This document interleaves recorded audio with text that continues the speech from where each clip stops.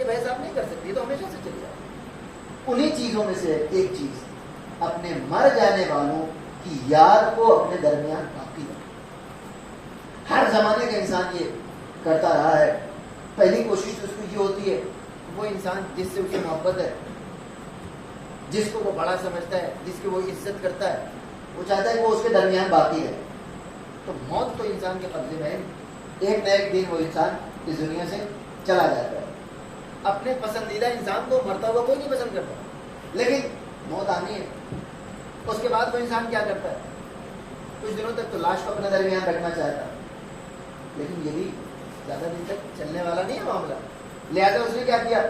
لاشوں کو مسالے لگانا شروع کر، محفوظ رکھنا شروع کر. لیکن یہ بھی بڑا ایکسپینسو طریقہ ہے، تو ہر آدمی اس کو افورڈ نہیں کر سکتا. پھر اس نے کیا کیا؟ ان کے مجسمے بنانے شروع کر دیے. یہ ذرا سا انسان کے لیے افورڈیبل ہے، پھر بھی یہ سب کے لیے برابر سے پاسبل نہیں ہے. تو کیا کیا؟ تصویر بنائی اور دیوار پہ لگا دی، اور اس کے اوپر ایک مالا لگا دی. اس سے زیادہ ہم کچھ نہیں کر سکتے. اور فکر انسانی، انسان جتنا مجبور ہے اس دنیا میں، مر جانے والے کے ساتھ اور کیا کر سکتا ہے. لیکن انسانی گرامی اس تصویر کی توجہ چاہتا ہے، چاہے وہ اپنے مرنے والے کو اپنے درمیان باقی رکھے، چاہے وہ اس کی لاش کو مسالہ لگا کے سیف رکھے، چاہے اس کا مجسمہ بنائے، چاہے وہ تصویر.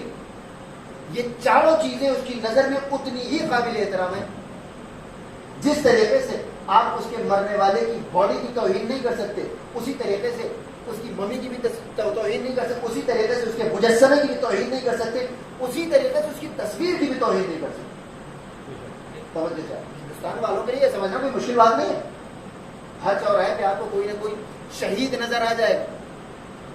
آپ کبھی پوچھیں، یہ صرف میں اگزامپل دے رہا ہوں، ڈرائیور کی دے گا. آپ جا کر کسی سے پوچھیں کہ یہ جو ہندوستانی کوئی بھی ہو، کسی بھی ہندوستانی کو 1 ارب 38 کروڑ لوگوں میں سے 138 کروڑ لوگوں میں سے پوچھیں کہ بھائی جس کو مرنا تھا وہ تو مر گیا 100 سال پہلے، 150 سال پہلے یا 75 سال پہلے، اب ان کی تصویریں چوراہوں پہ آپ کیوں لگا رہے ہیں؟ اس میں آپ پیسہ، محنت، انرجی، ٹائم کیوں لگا رہے ہیں؟ نہ صرف یہ کہ وہ انسان اس اپنے مجسمے کی عزت کرتا ہے، آن دا اسپاٹ آپ سے بھی عزت کروائے گا. اگر آپ نے خدا نخواستہ کوئی توہین کر دی تو گویا کہ سوال نہیں کیا جا سکتا. لیکن ایک سوال بنتا ہے جو ہر شہید کی یاد منانے والے سے پوچھا جانا چاہیے کہ بھائی آپ ان کی یاد تو مناتے ہیں، کیوں مناتے ہیں؟ کہ ان کی زندگی سے ہمیں ایک درس ملتا ہے، کوئی چیز ہے تو وہ سکھا دیتے ہیں. اور وہ چیز کیا ہے؟ اپنے ملک یا اپنے مذہب کے لیے جان کیسے دی جائے. غور سے سنیے گا. اس کے بعد انشاءاللہ 10 دنوں میں میں بازار کی خدمت درج کروں گا کہ واقعہ کربلا کیوں مختلف ہے دوسرے واقعات سے.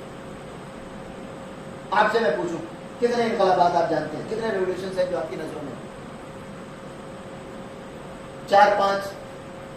امریکن وار آف انڈیپینڈنس، اس کے بعد فرانسیسی انقلاب، چائنیز انقلاب، رشین انقلاب، چائنیز، اس کے بعد پھر افغانستان، ایران.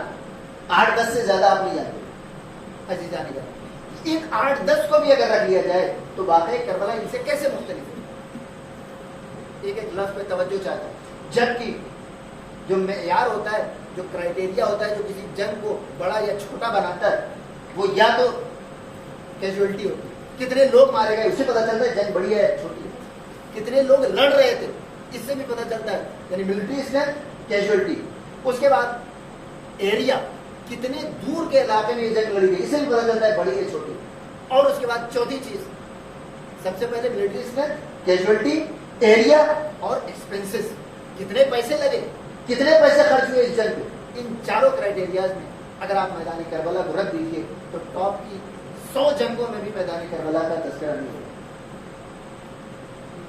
جو چاہتا ہوں یہ جو جنرل اسٹڈی میں آپ جن انقلابات سے کربلا کا موازنہ کر رہے ہیں، اگر انہی معیارات پر رکھ دیں تو ٹاپ 100 سے بھی باہر ہونا چاہیے واقعی کربلا کو. لیکن یہ واقعہ کربلا ان 100 کے اوپر کیوں ہے؟ توجہ چاہتا ہے.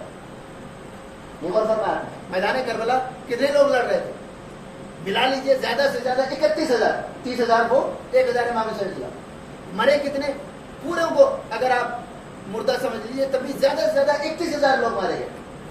ایریا، ایک دریا کا کنارہ، حتیٰ کہ کوفے تک بھی بات نہیں پہنچی. اور خرچہ امام حسین علیہ السلام کا 60,000 درہم کا خرچہ وہ جنگ کے لیے نہیں تھا، وہ میدان کربلا کی زمین خریدنے کے لیے تھا۔ جنگ میں کوئی خرچہ نہیں ہوا.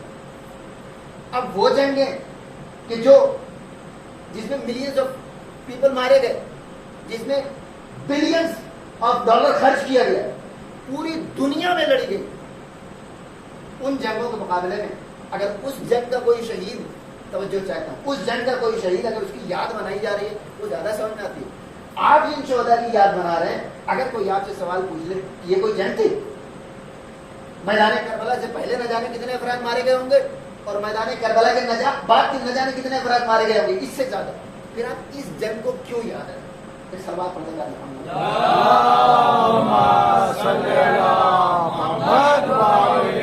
بات اگر آپ تک پہنچ گئی ہو، کیونکہ اسی کے اوپر ہم کو 10 دن گفتگو کرنی ہے. اس کے بعد میں چاہتا ہوں کہ تاریخ اسلام آپ حضرات کی خدمت میں مکمل عرض کر دیجیے. ہم کیا ہوتا ہے بیچ میں تھوڑا تھوڑا کہیں کہیں سن لیتے ہیں، اس کے بعد جب وہ زیادہ ہو جاتا ہے تو کہتے ہیں خیبر خندق بہت ہو گیا. جی نہیں، خیبر خندق بھی بہت نہیں ہوا. اگر وہی ایک ٹاپک بہت ہو گیا ہوتا تو کیا بات تھی، ہماری خوش نصیبی تھی. اس میں بھی ایک سلیکٹڈ اس کا پیریڈ ہے، وہ بہت ہو گیا، وہ پورشن بہت ہو گیا ہے. خیبر خندق بھی مکمل آپ نہیں جانا. انشاءاللہ ہم کوشش کریں گے کہ تاریخ اسلام، پیغمبر اسلام کی ولادت سے لے کر امام زمانہ حضرت عبداللہ تعالیٰ فضل شریف کی اللہم صلی علی محمد اس 260 ہجری تک، یعنی تقریباً 53 سال کو اور 260 یہ کتنے ہوتے ہیں؟ 313. یہ 313 سال انشاءاللہ آپ حضرات کی خدمت میں مکمل طور پر ایک اسٹرکچر آپ کے ذہن میں بن جائے، تاکہ اس کے بعد جب آپ مطالعہ کریں کسی کتاب کا، کسی آرٹیکل کا، تو آپ ریلیٹ کر سکیں کہ ہاں یہ چیز ایسے. 10 دنوں کی مجلس کا کم از کم یہ فائدہ ہونا چاہیے کہ آپ کو کم از کم ایک کتاب کم پڑھنی پڑے. اگر 10 دنوں کے بعد بھی آپ کو اتنا ہی پڑھنا پڑ رہا ہے تو آپ کو سوچنے کی ضرورت ہے. 10 دنوں کے بعد کم از کم کچھ تو آپ کو محنت کم کرنی پڑے. انشاءاللہ کوشش یہ ہوگی کہ ان 10 دنوں کے بعد تاریخ اسلام پر اور تاریخ شہادت پر جب آپ کوئی کتاب پڑھیں گے، آرٹیکل پڑھیں گے، تو آپ فوراً پہنچ جائیں گے کہ ہاں یہ واقعہ اس سال کا. ایک سال بعد پڑھنے پر اللہم صلی علی محمد وعلی محمد. تو میں کر رہا تھا کہ یہ واقعہ کربلا باقی کیوں ہے، اور فرما رہے کوئی تھوڑا موڑا ٹائم ہوا ہوتا تو ہم سمجھتے کہ دلوں میں باقی ہے، ذہنوں میں یاد تازہ ہے. 1000 سال ہو گئے. اس کے بعد جبکہ دوسری بڑی جنگیں میں جن کی مثال دے رہا تھا وہ ابھی تازہ ہیں. واقعہ کربلا کے مقابلے میں ابھی کل کی بات ہے. کیوں باقی ہے یہ یاد، جبکہ دوسرے انقلابات مٹ گئے. دوسری بڑی بڑی جنگیں آج لوگوں کو یاد نہیں ہے. وہ جو دو لڑے تھے جس نے ایک دوسرے کو کیپچر کر رکھا تھا، آج وہ دونوں گلے مل کے بیٹھے ہوئے ہیں، کسی کو کچھ نہیں یاد. یہ واقعہ آج تک ذہن انسانی میں کیوں باقی؟ اگر آپ کہیں کہ جذباتی وابستگی ہے ہماری کیونکہ بچپن سے ہم اسی گھر میں پیدا ہوئے، بچپن سے سن رہے ہیں، اس لیے ایک محرم آتا ہے تو ہم پر شہزاد بھی جا دیتے ہیں. لیکن نیلسن منڈیلا، راجندر پرساد، مہاتما گاندھی اور دوسرے جو تھنکرس ہیں، ان کے لیے تو واقعہ کربلا ایک واقعہ ہے، اس سے زیادہ تو کوئی چیز نہیں. تو میں آپ حضرات سے سوال پوچھتا ہوں کہ آخر ان لوگوں کو میدان کربلا میں کیا نظر آ گیا، جبکہ ان چاروں معیارات اور اس اسکیل اور کرائیٹیریا پر میدان کربلا ان کی نگاہوں میں نہیں آنا چاہیے. اس کے باوجود اگر ذہن انسانی واقع کربلا کو سوچنے پر مجبور ہے تو پھر آپ کو بھی یہ سوچنا پڑے گا کہ یہ واقعہ کیوں باقی ہے. توجہ چاہتا ہوں اگر ہمارے اور آپ کے ذریعے اس کو باقی رکھا جا رہا ہو تو توجہ چاہتا ہوں. تو جس طریقے سے دوسرے واقعات مٹ گئے، واقعی کربلا بھی آج مٹ چکا ہے. دوسرے واقعات ختم ہو جاتے، کیوں؟ کیونکہ وہ واقعات اور اس یاد کو منائے جانے کا تعلق منانے والوں کی مرضی سے ہوتا ہے. توجہ چاہتا ہوں جب تک منانے والا یاد منا رہا ہے تب تک باقی ہے. جس دن عوام نے چندہ دینا بند کر دیا وہ ذکر بھی ختم ہو جاتا ہے. جب تک لوگوں کی طبیعت ٹھیک ہے، دل کر رہا ہے، آپ کی زبان میں کو موڈ ہے، تب تک تو وہ ہو رہا ہے. جس دن ان کا موڈ چینج ہوا وہ یاد بند ہو جاتا ہے. لیکن ذکر حسین ہماری اور آپ کی مرضی کا نام نہیں، یہ مرضی الہی کا تقاضا ہے.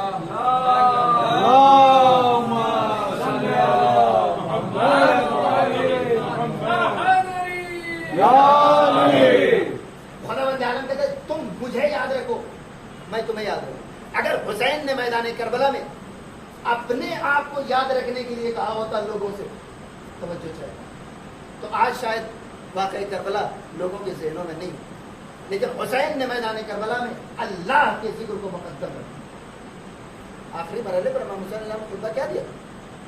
تم مجھے کیوں قتل کرنے کے در پہ، کیوں اپنی عاقبت خراب کر رہے ہو، کیوں اپنی آخرت برباد کر رہے ہو؟ یعنی حسین اس مقام پر بھی لوگوں کو خدا تک لا رہے تھے. اب جب حسین لوگوں کو خدا تک لا رہے تھے تو خدا بھی لوگوں کو حسین تک لا رہا ہے. اب اگر کسی کا ذکر، توجہ چاہیے، کسی کا ذکر خدا کی مرضی کے اوپر ڈپینڈنٹ ہو جائے تو اب جب تک اللہ کی مرضی ہے تب تک وہ ذکر باقی رہے گا. اب جب تک اللہ اب نہ کوئی ذاکر ہے، نہ سامعین ہے، نہ خطیب ہے، نہ نوحہ خان ہے، سب کے سب اللہ کی مرضی کو پورا کرنے کا ذریعہ فرمان. اس کے علاوہ کچھ نہیں. اس کی دلیل میں دے دوں. آپ سے کوئی پوچھے دوسروں کو پروگرام چھوڑ دیجیے، حالانکہ لوگ ہم سے زیادہ پیسہ خرچ کرتے ہیں، ہم سے زیادہ مجمع اکٹھا کرتے ہیں، ہم سے زیادہ محنت کرتے ہیں اور ہم سے زیادہ ایڈورٹائز کرتے ہیں. یہ مجمع تو کچھ بھی نہیں ہے. اس کے باوجود ہم اگر باقی ہیں تو اس کی وجہ اللہ کی مرضی ہے. اور اللہ کی مرضی بھی کیوں ہے؟ توجہ چاہتے ہیں. آپ خود غور فرمائیں. دوسروں کے پروگرام چھوڑ دیں، خود اپنے پروگرام عزاداری کے علاوہ والے. اگر آپ کے کسی بیٹے کی شادی ہو اور آپ نے مثلا 10-20 لاکھ خرچ کر دیا، کوئی آپ سے پوچھے کہ موصوف کیا اگلے بیٹے کی شادی میں اتنا ہی خرچ کریں گے؟ آپ کا جواب کیا ہوگا؟ اللہ نے دیا تو بے شک ضرور، یا یہ تو شادی ہو گئی. اگر آپ کے یہاں مثلا کسی کا انتقال ہو جائے اور آپ نے باہر سے ایک ذاکر بلوایا، 2-4 ہزار لوگوں کا مجمع اکٹھا کر دیا، اور اس کے بعد کوئی آپ سے پوچھے اس سے وہ میں تو یہ ہو گیا، کیا 40ویں میں بھی ایسی مجلس کریں گے؟ آپ کیا کہیں؟ اگر اللہ نے دیا بے شک. آپ یہ تو پیسے کی بات ہو گئی. محنت کر کے آپ کسی پروگرام کو کامیاب بنائیں اور لوگ آپ سے پوچھیں کہ یہ جو آپ نے مہینے بھر محنت کی ہے اگلے سال اسی طرح محنت کریں گے، آپ کیا کہتے ہیں؟ اگر اللہ نے طاقت دی تو کریں گے. لیکن عزاداری کے سلسلے میں جب بھی آپ سے کوئی پوچھتا ہے کہ کیا اگلے سال عزاداری ہوگی یا نہیں ہوگی، آپ کیا کہتے ہیں؟ اگر زندہ رہا تو ضرور ہوگی. اس کا مطلب کیا کہ یہ عزاداری ان پروگرامز کی طرح نہیں ہے جو ہماری دولت کے اوپر منحصر ہوتے ہیں، جو ہماری طاقت کے اوپر منحصر ہوتے ہیں، جو ہماری مرضی کے اوپر منحصر ہوتے ہیں. جی نہیں، ہم اس کو اگلے سال اگر زندہ رہے بقیہ کسی چیز سے کوئی مطلب نہیں، ہم اسی طرح انجام دیں گے. کیوں؟ کیونکہ کل کو جب ہم نہیں تھے تب بھی یہ عزاداری ہو رہی تھی، لہٰذا جب کل کو ہم نہ رہیں گے تب بھی یہ عزاداری ہوتی ہے.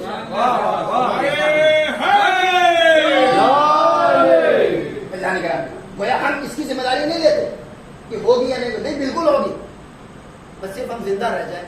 کیوں؟ کیونکہ جب ہم نہیں تھے تب بھی یہ ذکر اسی طرح ہو رہا تھا. تو ظاہر ہے جب ہم کل کو نہیں ہوں گے تب بھی یہ ذکر رکنے والا نہیں. کیوں؟ کیونکہ یہ ہمارے اوپر منحصر نہیں، یہ خدا بند عالم کی مرضی کے اوپر منحصر. اب جب اللہ کسی ذکر کو باقی رکھنے کی ضمانت لیتا ہے تو جب تک اللہ کی مرضی باقی ہے تب تک ذکر حسین باقی ہے. ایک سلوات پڑھنے والا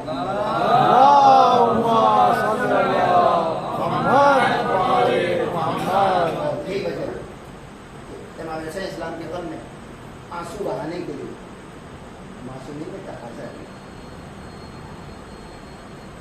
توجہ سے ذرا اس جملے کو سنیے گا. آپ بتائیے کیا کسی کے غم میں آنسو بہانے کا مطالبہ کیا جا سکتا ہے؟ ڈیمانڈ کی جا سکتی ہے؟ یہ تو ایک ایسی چیز ہے کہ اگر دل نرم ہوا تو انسان کی آنکھوں میں آنسو آ جائے. دل اور آنکھوں کا یا دماغ کے کچھ رگوں کا تعلق ہے، وہ ایکٹیو ہو جائے گی تو آٹومیٹکلی انسان روئے گا. لیکن آپ کسی سے کہہ تو نہیں سکتے کہ آپ آنسو بہائیے، لیکن معصومین نے بارہا آپ سے آنسو بہائے. اس کا مطلب کیا؟ ایک وہ چیز جو آپ کے کنٹرول میں نہیں، کسی کے کنٹرول میں، ایک وہ چیز جو انسان کے جذبات اور ایموشن سے تعلق رکھتی ہے، اس کے لیے مطالبہ ہم تو نہیں کرتے، لیکن اس کے باوجود معصومین علیہ السلام آپ سے رونے کا مطالبہ کریں. یہ بات ہے کہ اگر عام انسان آپ سے مطالبہ کرے تو آپ کہہ سکتے ہیں کہ یوں ہی مطالبہ کرتے ہیں، ان کو پتہ نہیں ہوگا حقیقت کیا ہے. لیکن اگر امام معصوم آپ سے مطالبہ کریں رونے کا، اس کا مطلب اس میں کوئی چیز پوچھی، آپ کو رولانے کا کوئی فائدہ پوشیدہ ہے جو آپ نہیں سمجھ پائے. ہم سے جو رونے کے لیے ہم نہیں جانتے، لیکن ہم امام جعفر صادق علیہ السلام اور امام اللہم صلی علی محمد.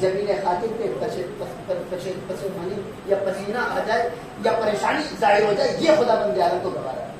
یعنی خدا بند عالم توجہ چاہتا ہے، اپنی عبادت میں کمی کر سکتا ہے. وہ عبادت بھی ایسی حضور سرور کائنات صلی اللہ علیہ وسلم کی عبادت کہ جس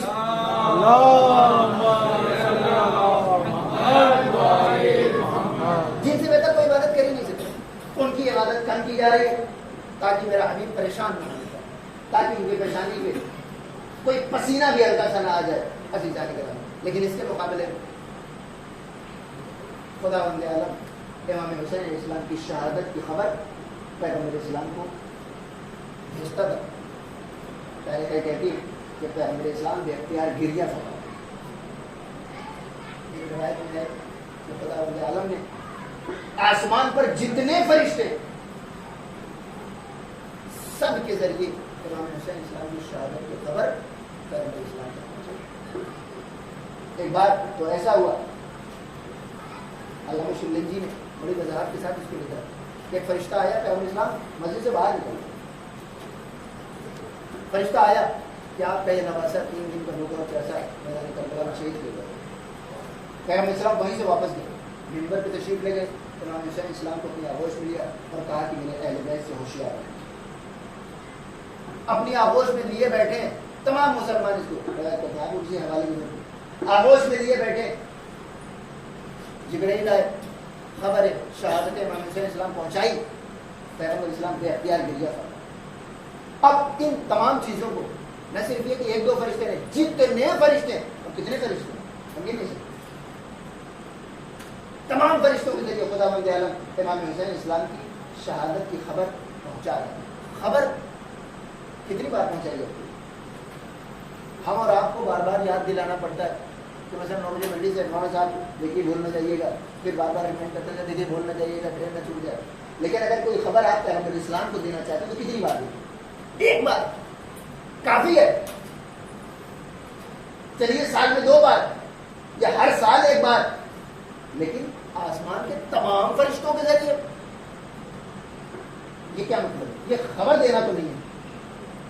اور فرمایا یعنی تمام فرشتوں کے ذریعے شہادت امام حسین اسلام کی خبر رسول اللہ تک پہنچائی جا رہی ہے. اس کا مطلب کہ یہ خبر دینا تو نہیں ہے، کچھ اور ہے. اور وہ کیا ہے؟ توجہ چاہیے. ادھر خدا بند عالم اپنی پسندیدہ چیز میں کیا کہہ رہا تھا؟ سب سے زیادہ پسندیدہ ترین چیز کیا ہے؟ پیغمبر اسلام کی بات. اس سے زیادہ کچھ پسندیدہ نہیں ہو سکتا اللہ کی بات. اس میں خدا بند عالم کمی برداشت کر رہا تاکہ رسول اللہ پریشان نہ ہونے پائے. اور ادھر پیغمبر اسلام جس چیز کو، جس خبر کو سن کر گریہ فرماتے ہیں، اسی کو بار بار بھیجا جا رہا ہے، بار بار سنایا جا رہا ہے. توجہ چاہتا ہوں عجب نہیں آواز قدرت ہے کہ نادان میں اپنے حبیب کی جبین خاطر پہ معمولی سی شکن بھی برداشت نہیں کر سکتا. اس شکن کو دور کرنے کے لیے میں اپنی عبادت میں کمی برداشت کر سکتا ہوں. لیکن جب حسین کے غم میں آنسو بہانے کے فضائل اور ثواب پہ نظر گئی تو میری محبت نے گوارا نہ کیا کہ پوری دنیا یہ ثواب لے اور میرا حبیب اس ثواب سے محروم ہو. اور فرمایا غم امام حسین اسلام میں گریہ کرنے کے علاوہ اگر وہ گریہ خدا بند عالم کو محبوب نہ ہو، اس کے علاوہ کوئی جواب آپ نہیں دے سکتے سوائے اس کے کہ خدا بند عالم شہادت امام حسین اسلام کی خبر دے کر امام حسین اسلام کے غم میں رونے کے فضائل پیغمبر اسلام کو بھی دے رہا تھا اور تمام لوگوں کو بھی دے رہا تھا. اب ایسا نہیں کرنا کہ یہ جملہ آپ کو سمجھ آ گیا ہوگا یا اگر کوئی اور ایکسپلینیشن آپ کے پاس ہو تو میں حاضر ہوں. خدا بند عالم کیوں سے آ رہا تھا؟ میں بھی اگر معلومات بڑھانا ہو، حالانکہ کوئی ضرورت نہیں تھی، لیکن اگر آپ اس کو بھی for the sake of knowledge کہ ان کو معلومات بڑھ جائے ان کی، ایک بار کافی بار بار بار بار بار بار بار بار بار.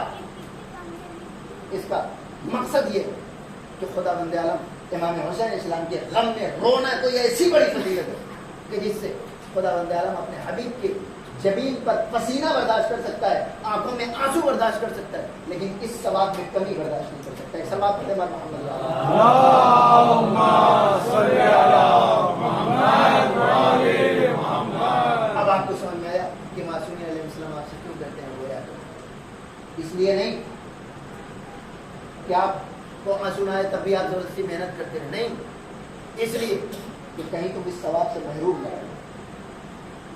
اس کی وجہ مسائل درجات میں شبلی میں اور تذکرہ خواص علمہ میں سکتے ابن جوزی لکھتے ہیں ہمارا اور آپ کا رونا کیا ہے؟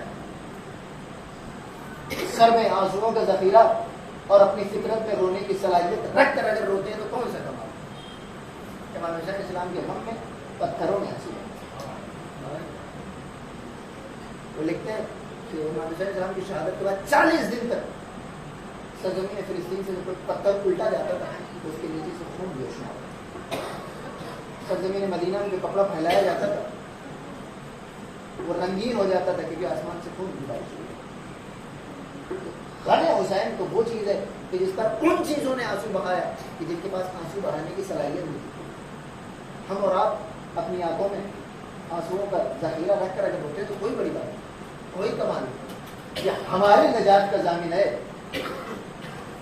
یہ ہمارے لیے فائدہ مند چیز ہے. جس کے غم نہ آئے ہیں اس کے لیے کسی قسم کا فائدہ نہیں. لہذا اگر کوئی انسان حسین کی بارگاہ میں آ کر 2 قطرہ آنسو بہا لیتا ہے تو اس کی ضمانت کے لیے کافی ہے. اور فرمائیے گا امام حسین اسلام نے جو لشکر مرتب کیا تھا تو جملہ عرض کرتا چلوں, پوری توجہ سے سنیے گا. سلوات پڑھنے پر محمد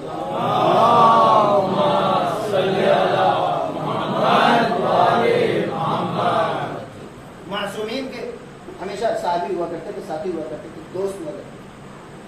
آہستہ آہستہ ہم دیکھتے ہیں کہ پیغمبر اسلام سے یہ سلسلہ شروع ہوا. آہستہ آہستہ ایک ہلکی سی تبدیلی آتی ہے صحابیوں کو لے کر. آپ بھی غور فرمائیے, پہلے پیغمبر اسلام کے صحابیوں میں ہر آدمی صحابی, شاید رحمت للعالمین تھے اس وجہ سے, لیکن پیغمبر اسلام نے سب کو اپنی بارگاہ میں بٹھایا. چاہے وہ 12 صحابی میرے مومن نہیں ہے, پیغمبر اسلام کی بالکل مشہور و معروف بتایا, یا سورہ منافقون کہ مدینے اور اس کے اطراف میں بہت سارے افراد منافق ہیں, آپ نہیں جانتے, لیکن اس کے باوجود وہ سب پیغمبر اسلام کی بارگاہ میں جن کو قرآن کی آیت کہہ رہی ہے انہیں اعراب میں سے بہت سارے افراد منافق ہیں. کانہم خشب مسندہ, یہ دیوار سے ٹیک لگائی ہوئی لکڑی کی طرح. مطلب کیا ہو, دیوار سے ٹیک لگائی لکڑی ہوتی ہے وہ شاہ سے کٹی ہوئی, ایک سرا ادھر ملا ہوا ہوتا ہے, ایک سرا ادھر ملا ہوا. یعنی وہ انسان جو دونوں طرف سے ملا ہوا وہ قرآن کی نظر میں منافق. لہذا ایسے لوگوں کو بھی پیغمبر اسلام نے پوری ایکسس دی, اپنی بارگاہ کبھی نہیں بتایا. مولا کائنات آپ کے صحابہ میں تھوڑا سا موڈیسٹی آ گئی تھی, لیکن اس کے باوجود بھی بہت سارے افراد تھے جنہوں نے مولا کائنات پہ تلوار اٹھا لی. امام حسین علیہ السلام آپ کے صحابہ بہت کم ہوئے, لیکن مسلح قدموں کے نیچے سے نکالنے والے تھے. دھیرے دھیرے گریجولی ایک چینجنگ آتی گئی. وہ کیا کہ اصحاب کا دائرہ چھوٹا ہوتا ہے. کربلا میں آ کے وہ دائرہ بالکل کلوز ہو گیا. لہذا امام حسین اسلام نے کہ اصحاب کو لے لیا جائے, کئی برس ان کی تربیت کی جائے, اس کے بعد ان میں سے بعض کو ہٹا دیا جائے, بعض کو اپنے ساتھ رکھا جائے. جی نہیں, کربلا وہ مقام ہے کہ جہاں آپ کو ساری تیاریاں پہلے کرنی ہے, دخول کا اذن آپ کو بعد میں. یعنی آپ کو کربلا میں انٹری بعد میں ملے گی, آمادگی پہلے کریں. اور وہ آمادگی کیا ہے؟ دل کا خالص ہو. امام حسین السلام کے صحابیوں میں سب مسلمان نہیں تھے, سب شیعہ بھی نہیں تھے, اور سب بنی ہاشم میں نہیں تھے, سب مدینے والے بھی نہیں تھے. تو ایسا نہیں کہ کوئی دور کا نہیں تھا, بہت بہت دور دور کے لوگ. لیکن میدان کربلا میں آنے کے بعد سب کا ذہنی لیول ہے, یہ بہت بڑی بات ہے. اور فرمائیے اصحاب امام حسین السلام کے مولا کیا فرماتے ہیں؟ لا ارى اصحابا اخیر میرا اصحابی و افضل, میں اپنے صحابیوں سے زیادہ افضل اور اخیر کسی کو نہیں دیکھتا. میرے نانا کے پاس نہیں تھے, بابا کے پاس نہیں تھے, بھیا کے پاس نہیں تھے. یہ جملہ اسی سے ڈرائیو کیا گیا, ورنہ وہ جملہ اصل روایت نہیں ہے. مولا فرماتے ہیں کہ میرے صحابیوں سے زیادہ افضل صحابی کسی کے نہیں ہے, ظاہر کسی کے نہیں. تو یہ جملہ درست ہے لوگوں کو کہنے کا پیغمبر اسلام کا, لیکن روایت میں وہ جملہ نہیں. کیوں کہا پیغمبر اسلام مولا کائنات امام حسین السلام سے زیادہ بہتر صحابی میرے؟ کیوں؟ کیونکہ میدان کربلا میں اس 1-2 پہر کی حد تک فکر کا اختلاف مٹ چکا, سوچ کا اختلاف مٹ گیا. امام حسین السلام جو سوچ رہے ہیں آپ کے لشکر کا ہر فرد وہی سوچ رہا ہے. بڑی بات نہیں ہے. لوگ کہتے ہیں 72 افراد کا قافلہ چھوڑے, جی نہیں, بہت بڑا قافلہ ہے. اگر وہ جو ٹرمس اینڈ کنڈیشنز وہ جو رولس اینڈ ریگولیشنز تھے وہ اگر امپلیمنٹ کر دیجیے آپ، ایک دو افراد کا نکلنا مشکل ہو جائے. نہیں، آج کے زمانے میں امام معصوم کیا فرما گئے اس کو سمجھنا ہی سب سے بڑی ذمہ داری ہے ہماری. یہ جو مرجعیت کا پورا سسٹم کس لیے ہے؟ حدیثوں اور آیت، خبر میں کیا ہے، روایات میں کیا ہے، اس کا مفہوم کیا ہے، وہی سمجھنا سب کچھ. آج ہمارے یہاں سب سے قابل احترام شخص کون ہے؟ مرجع. ٹھیک ہے، اور مرجع کی ذمہ داری کیا ہے؟ جو امام معصوم فرما گئے اس کو سمجھنا ہے. یہ سب سے بڑی ذمہ داری ہمارے درمیان جو ہے، جس کو ہم سوچ بھی نہیں سکتے کہ ہم کبھی انجام دے پائیں گے، وہ کتنی چھوٹی ہے. امام جو فرما گئے اس کو سمجھنا. میدان کربلا میں امام کی مرضی پہچاننے والا اور فرمایا ہے. یعنی میدان کربلا میں ایسے افراد نہیں تھے جو کسی طرف جا رہے ہیں اور امام ان کو واپس بلا لیں. جی نہیں، امام بھیج رہے ہیں اور وہ جانے سے انکار کریں. ایک سلوات پڑھنے پر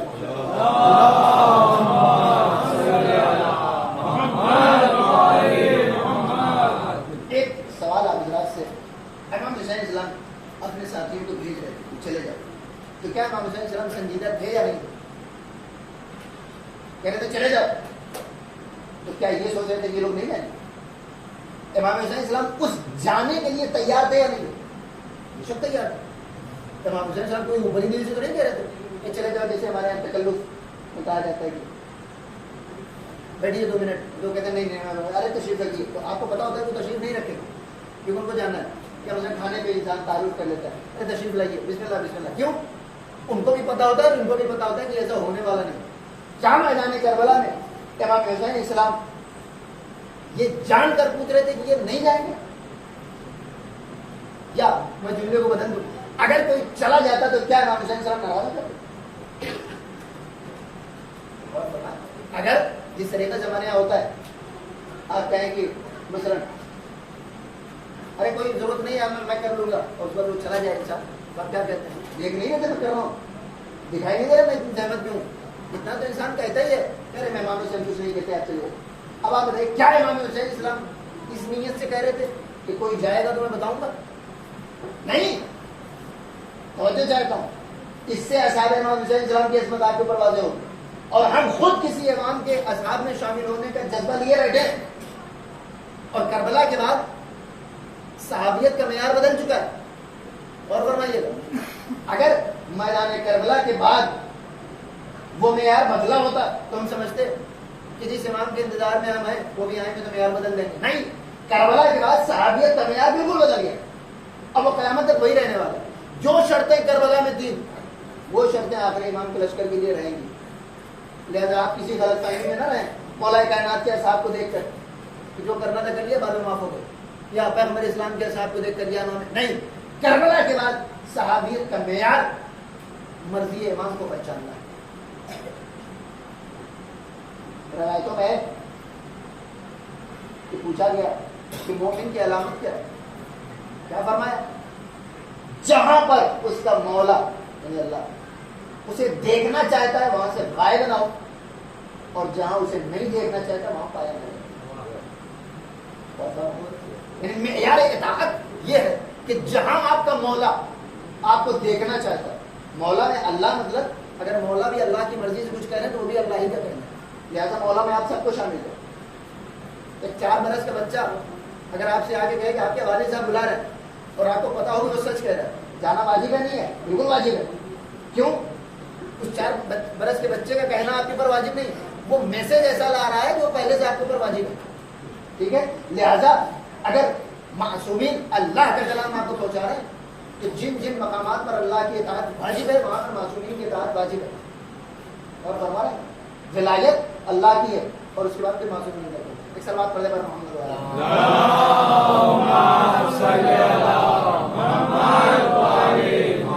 تو میدان کربلا میں اگر آپ کو شمولیت اختیار کرنی ہے یا اس جیسے کسی مارکے میں آپ کو شامل ہونا ہے نہیں ہونا ہے، ہونا ہے سب کو، اس معیار کو پہچان لے کہ کربلا کے بعد بدل گیا ہے. امام حسین اسلام کی مرضی پہچاننے والے لوگ ہمیں یہ بات انشاءاللہ کل کی مجلس میں کر دوں گا کہ امام حسین اسلام ان کے جانے کے لیے تیار تھے یا نہیں تھے. اگر سب کے سب اٹھ کے چلے جاتے تو کیا تاریخ ان کو برا بھلا کہہ سکتی تھی؟ نہیں کہہ سکتے. حتیٰ یہ ساری چیزیں چھوڑیے, جنت میں جاتے نہیں جاتے؟ بالکل جاتے. جب امام حسین السلام نے کسی کی جنت کی ضمانت لے لی, آپ نے فرمایا کہ میں تب تک داخلے جنت میں ہوں جب تک تم نہیں چلے جاؤ. اتنا تم نے کیا, اتنا کافی ہے. کل ہمارے اندر مقابلہ ہونے والا ہے اور میرے سر کے طرف جا رہے ہیں, تم سے کوئی مطلب نہیں ہے.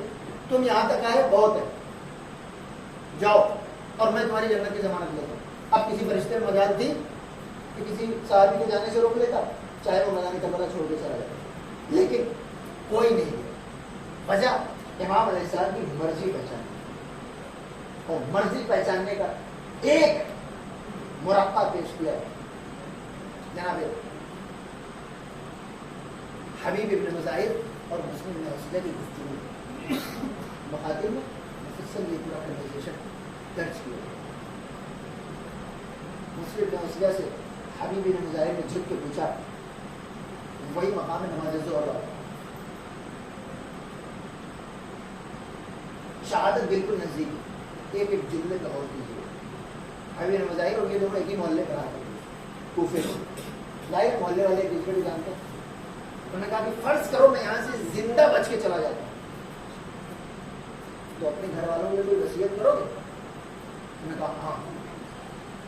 اب جناب حبیب ابن مظاہر یہ وہی والی بات ہے کہ انسان تکلفاً پوچھ لیتا ہے, اس کو پتہ ہے وہ نہ کرے گا, لیکن جناب حبیب مسلم نے کہا ہاں ہے اس لیے.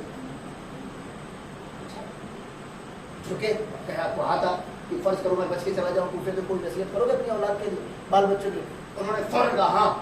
تو جب پوچھا ہے آپ تو جھکنا بھی پڑے گا, چونکہ کیا ہے حسین کی طرف چہرہ کیا, کہا انت تموت دون الحسین, تم مر جانا لیکن فرزند زہرا کو دینا چاہتا. یہ وہ مقام ہے کہ جہاں پر انسان صرف اپنے آپ کو دولت, آبرو, اولاد, یہ تینوں چیزیں انسان بھول جاتا ہے اپنی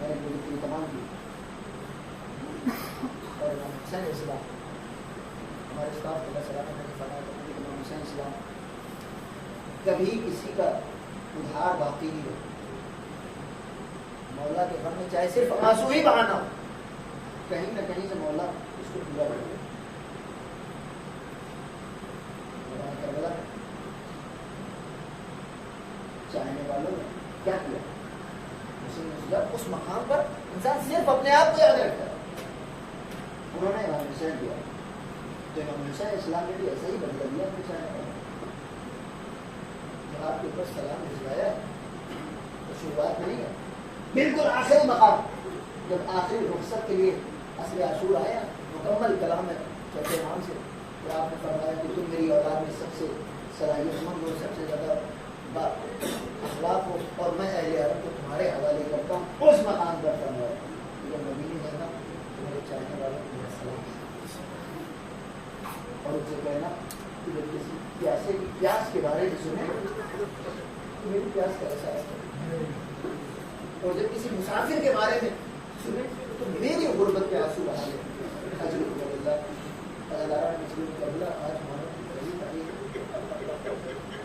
شب اول اب امام حسین اسلام میدان کربلا بھاری ہونے والے ہیں. جملہ اس کا میت کے دروازے, اس بات کو سمجھنے کے لیے کسی تجربے اور رونے کی ضرورت نہیں. ہر انسان اس کو سمجھتا ہے. میت کے دروازے پر ہر انسان نہیں رو رہا ہوتا ہے. کچھ کے چہرے اداس ہوتے ہیں, کچھ کی آنکھوں میں آنسو ہوتے ہیں, کچھ بے اختیار داڑھ مار کے رو رہے ہوتے ہیں. جب آپ ان سے دریافت کریں کہ یہ آنسوؤں میں اختلاف کس بنیاد پر ہے, کہیں جو ان کے چہرے اداس ہیں, مرنے والا ان کا جاننے والا تھا, یہ جو آنسو بہا رہے ہیں مرنے والا ان کا دوست تھا, اور یہ جو پچھاڑے کھا رہا ہے مرنے والا اس کا جوان بیٹا تھا. یعنی میت سے جتنا تعلق شدید ہوتا جاتا ہے گریے میں شدت پیدا ہوتی جاتی ہے. اب اس مرنے والے سے آپ کا کیا تعلق ہونا چاہیے کہ جس نے آخری مرحلے میں کہے میرے شیو کاش تم میدان کربلا میں ہوتے تو دیکھتے کہ میں اپنے 6 مہینے کے بچے کے لیے کیسے پانی طلب میدان کربلا میں امام حسین علیہ السلام کو اس بات کا غم نہیں تھا کہ میں پیاسا ہوں, اس بات کا غم نہیں تھا کہ میں بھوکا ہوں.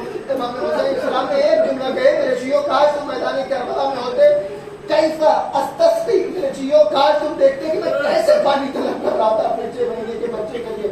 فأبوا أن يرحموني لیکن وہ ہماری دل دی کہ اجرکم اللہ جزاکم ربکم خیر الجزاء.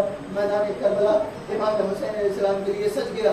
اپنے ایک صحابی نافع بن ہلال کو آپ نے لیا اور مقتل کی طرف آئے. اپنے چاہنے والوں سے امام حسین علیہ السلام کے اتنا شدید تعلق ہے, لیکن اس تعلق کو برقرار رکھنا ہماری اور آپ کی ذمہ داری ہے کہ ہم امام حسین علیہ السلام کی اس محبت تک پہنچ ہی نہیں سکتے کہ جتنی محبت مولا نے میدان کربلا میں اپنے چاہنے والوں کے اوپر لٹا دی. آخری مرحلہ جہاں پر امام حسین علیہ السلام اپنی اولاد کے بارے میں وصیت کر سکتے, اپنے آنے والے حالات کے بارے میں چوتھے امام سے وصیت کر سکتے تھے, لیکن مولا نے فرمایا کہ میرے شیعوں کو جاننا تو میرا سلام بھیجنا اجرکم اللہ. آج اگر یہ آنسو ہمارے جواب سلام کی حیثیت اختیار کر جائیں تو ہماری شفاعت کے لیے کافی ہے. اجرکم اللہ. مولا اپنے صحابی کو لے کر سرزمین کربلا پہ جاتے ہیں اور کہا نافع آؤ میں تمہیں وہ مقامات دکھا دوں کہ جہاں پر تمہارا مولا وقا سرزمین کربلا پہ 3 دن کا بھوکا ہو پیاسا شہید کیا جائے گا. اے نافع یہ وہ مقام ہے جہاں میرا برابر کا بھائی عباس سرزمین کربلا کی جلتی ہوئی ریت پر اپنی پشت فرس سے گرے گا. اے نافع یہ وہ مقام ہے جہاں میرا جوان لال علی اکبر اپنی ایڑیوں کو رگڑ کر میری نگاہوں کے ساتھ میں اپنی جان خداوند عالم کے حوالے کرے گا. اے میرے بھائی, اے میرے صحابی ہلال, اے میرے صحابی, یہ وہ جگہ ہے کہ جہاں میں اپنی ابا کے دامن میں اپنے کمسن مدینے کے لاشیں کو اکٹھا کر کے سرزمین کربلا پہ خیام حسینی کی طرف لے جاؤں گا. اے نافع یہ وہ مقام ہے جہاں میں اپنے 6 مہینے کے بچے کے لیے پانی طلب کروں گا, لیکن 3 بھر کے 3 سے اس کا جواب دیا جائے گا. امام باتیں کرتے کرتے ایک نشیب کی طرف آئے. اے میرے صحابی, اے میرے بھائی, یہ وہ مقام ہے کہ جہاں نشر عاشورہ کے بعد تمہارا آقا و مولا 3 دن کی بھوک و پیاس میں خولی کا نیزہ اپنی گردن پہ برداشت کرنے کے بعد اپنی ماں کی آغوش میں شمر کے کند خنجر سے تہے تہے کیا جائے گا. اے نافع یہ وہ مقام ہے کہ جہاں تمہارا آقا و مولا اس دنیا سے اپنے سفر آخرت کی طرف روانہ ہو جائے گا. اچانک مولا نے محسوس کیا نافع تک میری آواز جا تو رہی ہے لیکن نافع کی آواز مجھ تک نہیں آ رہی. کہا نافع میں تم سے گفتگو کر رہا ہوں, ارے تم نے میری آواز کو کیوں نہیں دھیان سے سنا؟ اچانک نافع کہتے ہیں مولا میں اب تک تو آپ کے سارے جملوں کو سن رہا تھا, ارے اب تک تو ساری شہادتوں کی میں آپ سے ساری شہادتوں کی خبر لے رہا تھا, ارے ساری رودات میں نے آپ سے سن لی, لیکن جب سے اس نشیب میں آیا ہوں نہیں معلوم کون سی غربت آپ کے لہجے میں آ گئی ہے اور نہ جانے کون سی معظمہ کی آواز میرے کانوں میں آ رہی ہے. اے میرے لال حسین, کربلا میں اپنے آپ کو تنہا نہ سمجھنا, ارے تو نے مدینہ چھوڑا, تیری ماں فاطمہ زہرا نے نہ حسین کو قرار ہے.